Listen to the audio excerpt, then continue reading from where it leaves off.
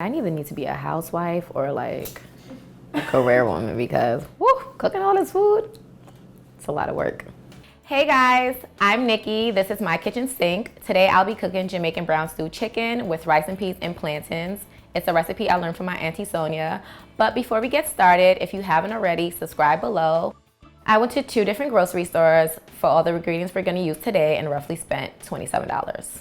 It's something my grandmother used to always cook, but my aunt is the one who taught me how to cook it. I'd call her and she'd like, you need to do this, that, XYZ, carrots, tomatoes, potatoes, thyme. She's the best. She's a great cook. Right now we have a few pieces of chicken breast and chicken thighs, roasted garlic herbs, Mrs. Dash, and some Lawry's, and I put a little thyme in to like let it marinate, get all the good little juices and all the little nicks and crannies in there to get like a flavorful punch. I get my cooking inspiration from my family. Any family meal for us is like a production. Food is like our love language.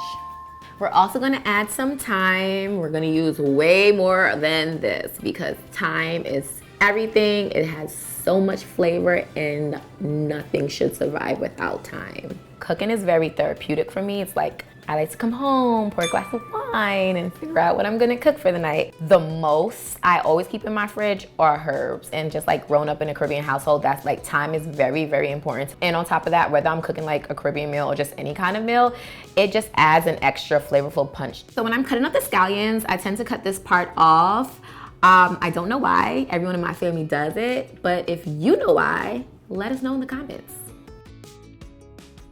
Next, we're going to fry the chicken. I'm using both olive oil and canola oil. My aunt taught me fry with both. And then we're gonna put the stove on medium high. And once it starts bubbling a little bit, we'll throw the chicken in. Now that I've put the chicken in, I'm gonna wash my hands. Now we're gonna move on to the rice and peas. I'm gonna be very honest. Nobody taught me anything about 2 teaspoons of this or 1 cup of that. Like, Caribbean people don't cook like that. They just cook. I can't really give you a measurement. Sorry about that. My aunt never gave me a measurement. She's just like, you know, keep cooking until it tastes like X, Y, and Z. And I'm just like, that doesn't help, but you know, that's just how I'm gonna cook. Coconut milk is like so important to rice and peas. Might as well just add the beans now.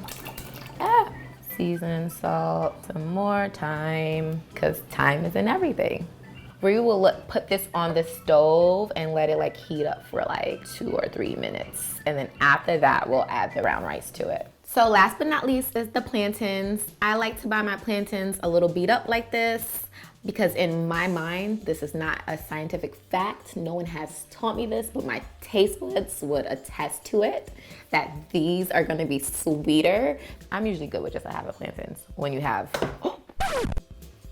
all this other stuff happening. We're gonna go put the brown rice in now because the pot should be warm. And then we're gonna put the plantains on and fry them. I like to just like poke the chicken to just make sure the inside is actually really cooked and it's like softening up because no one wants to eat raw stew chicken. That's gross. We're gonna add the carrots, the tomatoes, the scallions, the garlic, and of course, can't forget the thyme. And then we're gonna cover the pot and let it stew for like another 20-30 minutes. This is Scotch bonnet pepper. It's like a really spicy pepper. You literally need to wash this for 60 seconds because if it pops, your mouth will be on fire. Caribbean people always use Scotch bonnet pepper for everything. The rice is basically done, so we're just gonna move the rice off the stove to the side and fry the plantain until it's golden brown. I'm a clean freak, so don't mind me. This is my magic power, you guys. Cleaning while you're cooking. That's something my mom taught me. Clean as you're cooking and it'll be less mess when you're done. I don't really give you guys too much numbers or instruction because I didn't really get any. You can tell the chicken is ready is like when it's nice and soft and it's kind of like falling off the fork. It smells so good.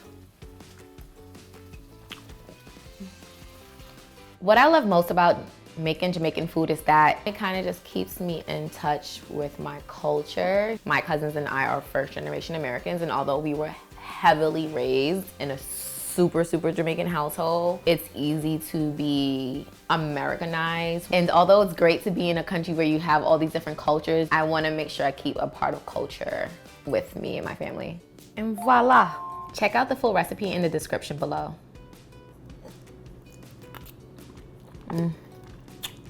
Really good. You ever cook something and then like, can't believe I cooked that? I might actually eat the whole thing.